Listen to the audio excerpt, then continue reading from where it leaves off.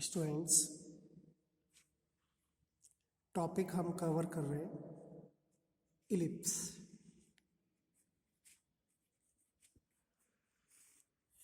Ellipse के बारे में हमने प्रीवियस वीडियो में एक्सप्लेन किया कि इलिप्स क्या होता है, क्या इक्वेशन होती है और क्या उसके पॉइंट्स होते हैं।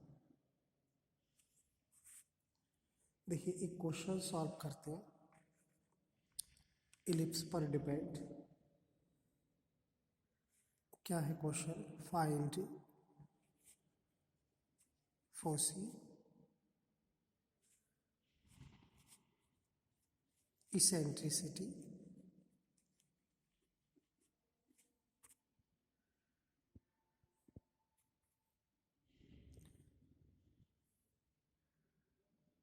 equation of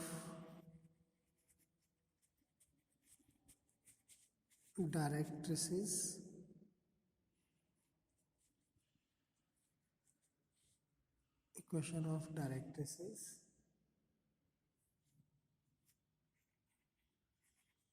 length of latus rectum and axis length of major and minor axis of ellipse। Ellipse की इक्वेशन है 3x² plus 4y² is equal to 12।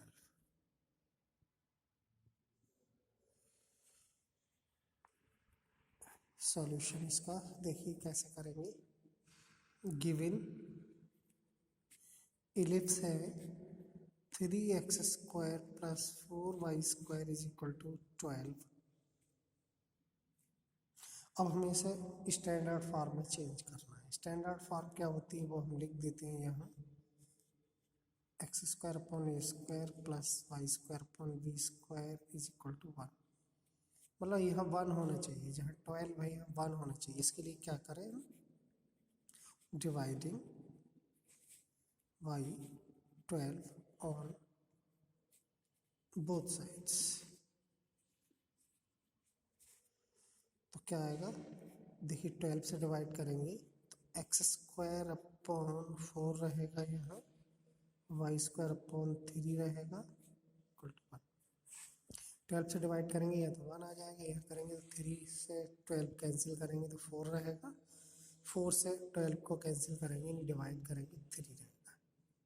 ठीक है, तो ये स्टैंडर्ड फॉर्म हो गई हमारी इलिप्स की। इसको हम कंपेयर कर लें, जो इलिप्स की स्टैंडर्ड इक्वेशन है उससे हम कंपेयर कर लें। कंपेयरिंग तो a² की वैल्यू होगी 4, v² की वैल्यू होगी 3, क्योंकि a² के प्लेस पर 4 है और v² के प्लेस पर 3 है। देखिए 1 के प्लेस पर 1, x² ये, y² ये। a कितना हुआ 2, v कितना हुआ √3। ठीक है, तो ये हमारे पास a की वैल्यू आ गई, b की वैल्यू आ गई। अब हम सबसे पहले ये देखेंगे कि केस कौन सा है, मतलब कि a ग्रेटर है या लेस या v ग्रेटर है। तो ये हम देख रहे हैं a ग्रेटर है, ये 2 है इसकी वैल्यू, इसके √3, तो a ग्रेटर b। तो हमने जो केस बताया a ग्रेटर देन b के लिए हमें क्या चाहिए? फोसी। देखिए the coordinate of foci, foci क्या होती हैं? नाभियाँ। चूंकि 2 फोकस होते हैं इलिप्स के, इसलिए इसको फोसी बोलेंगे। और इसका फार्मूला बताया गया है आपको, प्लस माइनस AE,0। चूंकि हमें E चाहिए तो फोसी के कोऑर्डिनेट फाइंड करने से पहले हमें E की वैल्यू फाइंड करनी होगी। तो देखते हैं E के लिए हमने फार्मूला लिखा है। E क्या है? Eccentricity 1 minus v² upon a²। ये E के लिए फार्मूला है। तो यहीं फाइंड कर लेते हैं 1 माइनस बी स्क्वायर। देखिए बी स्क्वायर की वैल्यू 3 और ए स्क्वायर की 4, 3/4।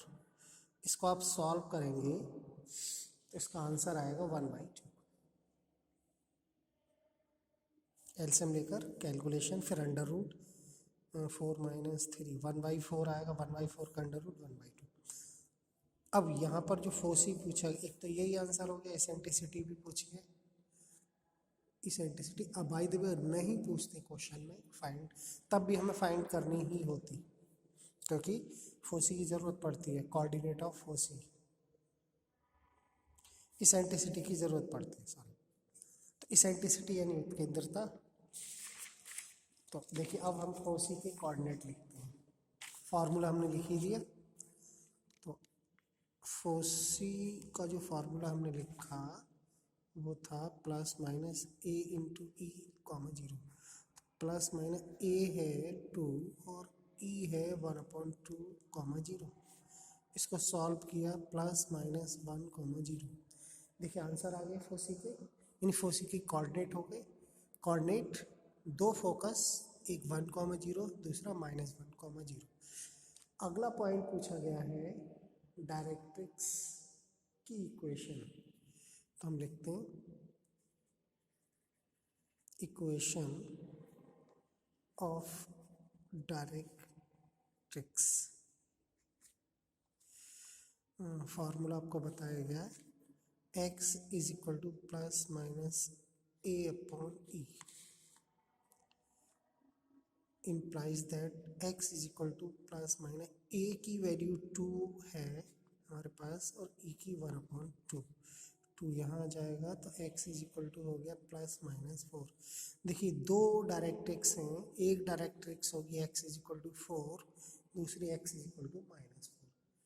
और पूछा गया है length of latus rectum.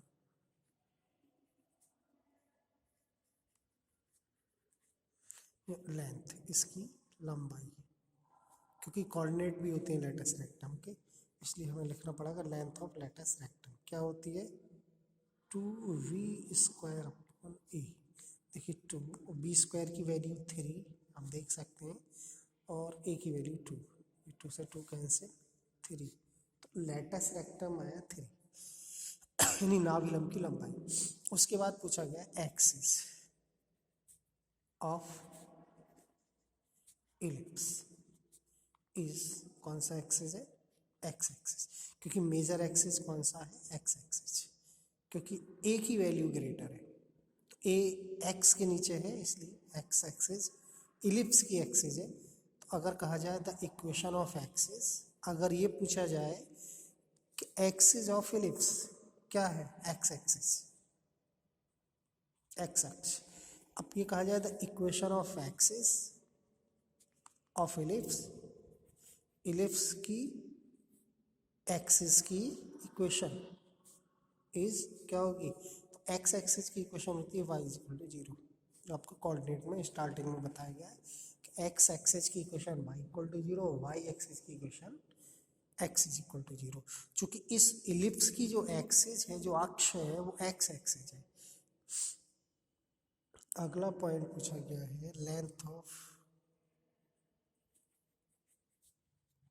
Major axis. Formula 2a की वैल्यू 2 यानी कि 4, length of minor axis, minor axis है y एक्सिस 2v है √3, यानी कि ये रहा 2√3। देखो क्या क्या पॉइंट पूछे गए थे वो हम चेक कर लेते हैं। फोसी हो गया, एसेंट्रिसिटी हो गया, इक्वेशन ऑफ डायरेक्ट्रिक्स हो गया, लेंथ ऑफ लेटस रेक्टम हो गया, एक्सिस हो गई इलिप्स की, length of major and minor axis of ellipse. ठीक है, सभी पॉइंट हो गए। देखिए एक और question, question number 2, find coordinates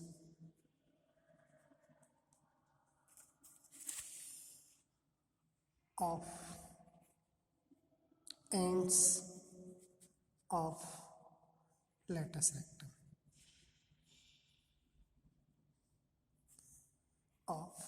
ellipse. Ellipse दिया है 3x² + 4y² = 1। ठीक है, तो इसके लेटस रेक्टम के एंड्स सॉल्यूशन। गिवन इलिप्स है हमारे पास ये, और इसको स्टैंडर्ड फॉर्म यानी इस फॉर्म में चेंज करिए। अब चूंकि यहाँ 1 तो है, हमने कहा 1, लेकिन ये जो 3 है x² का कोफिशिएंट 1 होना चाहिए यहाँ, तो ये 3 हमें डिवाइड में करनी है, तो ये कर सकते हैं इस तरीके से y² / 1/4। ठीक है, देयरफॉर a² की वैल्यू कितनी हो जाएगी 1/3, v² की कितनी हो जाएगी 1/4। देख सकते हैं आप, a² ये b² ये, तो a की वैल्यू होगी 1/√3 और v की वैल्यू होगी 1/2।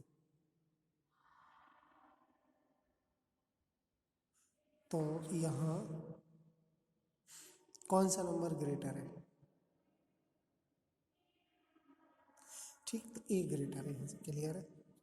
तो एंड्स ऑफ, सॉरी e निकाल लीजिए पहले, 1 - ab² / e²। e तो हमें निकालना ही पड़ेगा चाहे ना पूछा गया हो।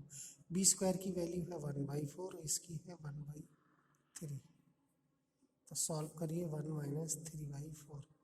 देखिए e की वैल्यू 1/2 ही रही इस क्वेश्चन के लिए भी, 3 ऊपर जाएगा 4 नीचे। ठीक, हाँ, एंड्स ऑफ लेटस रेक्टम, इसके कोऑर्डिनेट होते हैं, देखिए 4 एंड्स होते हैं इसके। तो एक होता है ± AE ± v²/a। अब आपको करना क्या है, a की वैल्यू पुट करनी है जो कि ये है, और b² की जो कि ये है, और e की यहाँ लिखनी है, बस सॉल्व करना है। ठीक है।